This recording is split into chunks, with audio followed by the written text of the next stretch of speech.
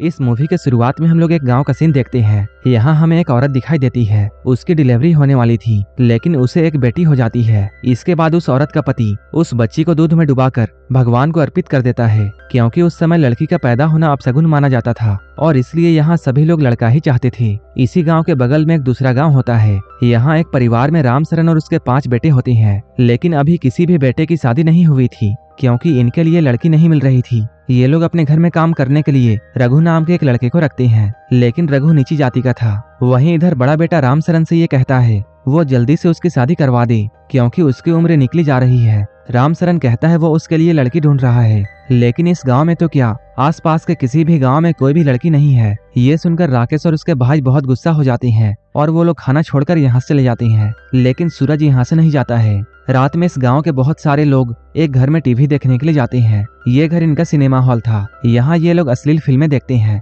इन गंदी फिल्म्स को देखते हुए यहाँ के बूढ़े लोग रोने लगते हैं, क्योंकि आज तक भी इनकी शादी नहीं हुई थी। गंदी फिल्म को देखने के बाद राकेश के अंदर हवस जाग जाता है और वो बाहर निकलकर जानवर के साथ अपनी प्यास बुझाता है। अगले दिन रामशरण पंडित को बुलाकर ये कहता है वो उसके बेटों के लिए कहीं से भी लड़की का इंतजाम करे और वो इसके लिए लाखों रुपए देने के लिए तैयार है। ये सुनते ही पंडित अपने काम में लग जाता है। हम लोग देखते हैं राकेश एक टीचर है। यहाँ स्कूल में पप्पू नाम का टीचर राकेश के पास आकर ये कहता है कि उसकी शादी होने वाली है और राकेश को भी उसकी शादी में आना है। ये सुनकर राकेश को बहुत जलन होती है और वो गुस्से में एक बच्चे को पीटता है। इसके बाद हम लोग देखते हैं पप्पू की शादी हो रही है। पप्पू का पिता लड़की के पिता को 5 लाख और 2 गायें देता है। अब पप्पू और दुल्हन दोनों शादी के लिए मंडप में आते हैं, लेकिन तभी पंडित को कुछ शक होता है और वो दुल्हन बनी हुई लड़की का पजामा खींच देता है। तभी सभी लोग ये देखते हैं वो दुल्हन कोई लड़की नहीं बल्कि एक लड़का है। यहाँ लोग पैसों की लालच के लिए लड़का को लड़की बनाकर शादी करवा देते थे और इसके बाद ये लोग पैसे लेकर भाग जाते थे।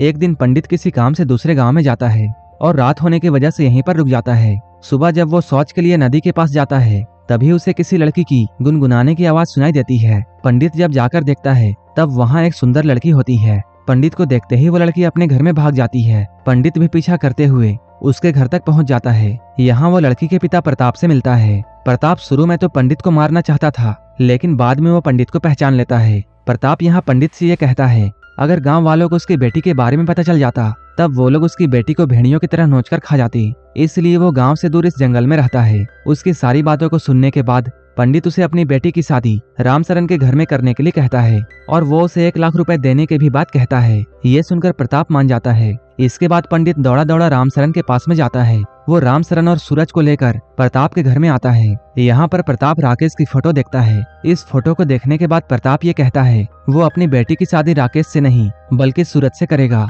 क्योंकि सूरज देखने में एक संस्कारी लड़का लगता है। ये सुनकर रामशरण वापस जाने लगता है, लेकिन वो रास्ते में जाते हुए ये सोचता है कल्कि की शादी सूरज से ही करने में भलाई है, क्योंकि सूरज उसकी सारी बातों को मानता है। इसके बाद हम लोग ये देखते हैं रामशरण प्रताप को 5 लाख रुपए और 5 गायें देता है और अपने 5 बेटों की शादी कल्कि से कर देता है। इसके बाद ये लोग कल्कि को लेकर घर में आते हैं। घर आकर राकेश सभी से ये कहता है कल्कि के साथ सबसे पहले सुहाग रात वही मनाएगा, क्योंकि वो अपने भाइयों में से सबसे बड़ा भाई है। ये सुनकर रामशरण सभी से ये कहता है हरामखोरो, तुमने अपने बाप के बारे में भी नहीं सोचा। तुम्हारी माँ के गुजर जाने के बाद मैंने अपनी जिंदगी कैसे काटी है ये तो सिर्फ मैं ही जानता हूँ, इसलिए कल्कि के पास सबसे पहले मैं ही जाऊंगा। इसके बाद रामशरण कल्कि के पास में जाता है और वो सबसे पहले उसके साथ सुहागरात मनाता है। जब सुबह होती है तब कल्कि ये देखती है रात में उसका पति नहीं बल्कि उसका ससुर आया था। इसके बाद सभी भाई एक एक करके कल्कि के साथ में सोते हैं। ये सभी लोग कल्कि को सिर्फ अपनी हवस मिटाने के लिए इस्तेमाल कर रहे थे।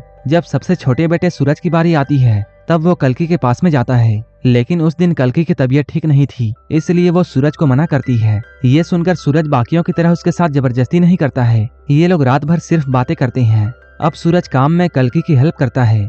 बातें करते हुए ये लोग एक दूसरे को जानने लगते हैं और एक दूसरे से प्यार करने लगते हैं। इसके बाद कल्कि अपने बाकी पतियों को अपने पास आने से रोकने लगी थी, जिससे रामशरण और उसके बाकी बेटे सूरज से बहुत जलते थे। ये लोग ऐसा सोचते थे सूरज ने ही उनका सारा काम खराब किया है। अपनी हवस मिटाने के लिए ये लोग इतना नीचे गिर जाते हैं। एक दिन ये चारों भाई मिलकर सूरज को जान से मार देते हैं और अब कल्कि बिल्कुल अकेली हो चुकी थी। इसके बाद रामशरण और उसके 4 बेटे कल्कि के साथ में दिन में कई बार जबरदस्ती किया करते थे, लेकिन कल्कि चाहकर भी कुछ भी नहीं कर सकती थी।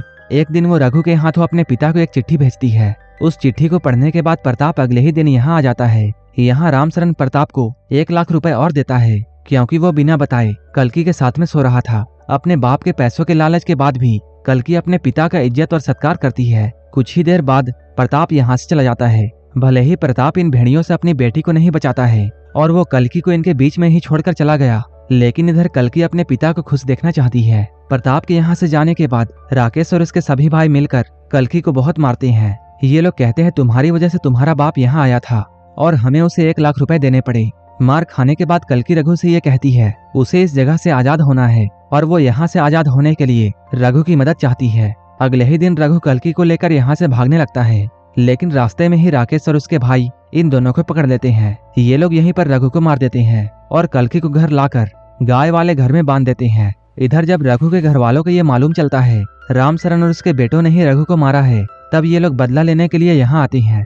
ये दोनों जब गाय वाले घर में जाते हैं तब ये लोग कल्कि को यहाँ बंधा हुआ देखते हैं। रघु का चाचा कल्कि से ये कहता है तुम्हारी वजह से ही ऐसा हुआ है। इसके बाद वो भी कल्कि के साथ यहीं पर जबरदस्ती करता है। इसके बाद वो अपने बिरादरी के लोगों के पास जाकर उन सभी को भड़काते हुए ये कहता है बड़ी जात के लोगों ने हमारे छोटे से बच्चे को मार दिया है। अब ऐसे ही कई दिन बीत जाते हैं। कल्कि की हालत बहुत खराब हो चुकी थी और अब कल्कि प्रेग्नेंट है। कल्कि के प्रेग्नेंट होने की बात को जानकर रामचरण वापस उसे घर में रख लेता है, लेकिन यहाँ पर एक कंफ्यूजन थी। ये सभी लोग ये सोच रहे थे कि कल्कि के पेट में जो भी बच्चा है वो किसका है और उस बच्चे का बाप कौन है। तभी रामचरण सभी लोगों से ये कहता है सबसे पहले वही कल्कि के पास में गया था, इसलिए ये बच्चा उसी का है। जब प्रेग्नेंट वाली बात रघु के चाचा को मालूम चलती है तब वो सारे गांव में ये अफवाह फैला देता है कि उस बच्चे का बाप रघु का भाई है, क्योंकि उन लोगों ने भी कल्कि के साथ में जबरदस्ती किया था। ये लोग गांव में खुशियां मनाते हैं और कल्कि को लेने के लिए रामचरण के घर में पहुंच जाते हैं। इनकी बातों को सुनकर रामचरण और उसके बेटे बहुत गुस्सा हो जाते हैं और इन लोगों पर फायरिंग करने लगते हैं। इस फायरिंग में रघु का भाई मारा जाता है। बचे हुए लोग यहाँ से भागने लगते हैं। राकेश और उसके भाई गन लेकर इन सभी का पीछा कर रहे होते हैं। पीछा करते हुए ये लोग उनके गाँव तक पहुँच जाते हैं। तभी रघु का चाचा अपने गाँव के सारे लोगों को लेकर राकेश और उसके भाइयों पर हमला कर देता है। यहाँ इन दोनों गुटों के बीच में लड़ाई होती है। राकेश और उसके सारे भाई यहाँ मारे जाते हैं। इधर रामचरण इस बात से बहुत गुस्से में आ जाता है और वो कल्कि को मनहूस कहता है। अब वो कल्कि को जलाने वाला होता है, तभी उनका नया नौकर चाकू लेकर रामचरण पर हमला कर देता है। चाकू के हमले से रामचरण यहीं पर मारा जाता है। इधर गाँव के लोग एक दूसरे से लड़ते हुए मारे जाते हैं। इधर हम लोग कल्कि को देखते हैं जो कि एक बेटी को जन्म देती है और वो अपनी बेटी को जन्म देकर बहुत खुश थी। इस मूवी में हम लोग इंसानों की हैवानियत को देखते हैं जो कि बेटी को बोझ की तरह समझते हैं, लेकिन जब भी शादी की बारी आती है तब सभी लोगों को एक सुंदर लड़की चाहिए। लड़कियों के बिना इस दुनिया की कल्पना करना असंभव है। वो कुदरत का दिया हुआ सबसे अनमोल तोहफा है और हमें हमेशा लड़कियों की सम्मान करनी चाहिए। इसी पॉइंट के साथ ये मूवी यहीं पर खत्म हो जाती है। अगर आपको ये मूवी अच्छी लगी हो तब एक लाइक जरूर कर देना और ऐसे ही वीडियोस के लिए मेरे चैनल को जरूर सब्सक्राइब कर लेना। तो मिलते हैं हमारे नेक्स्ट वीडियो में।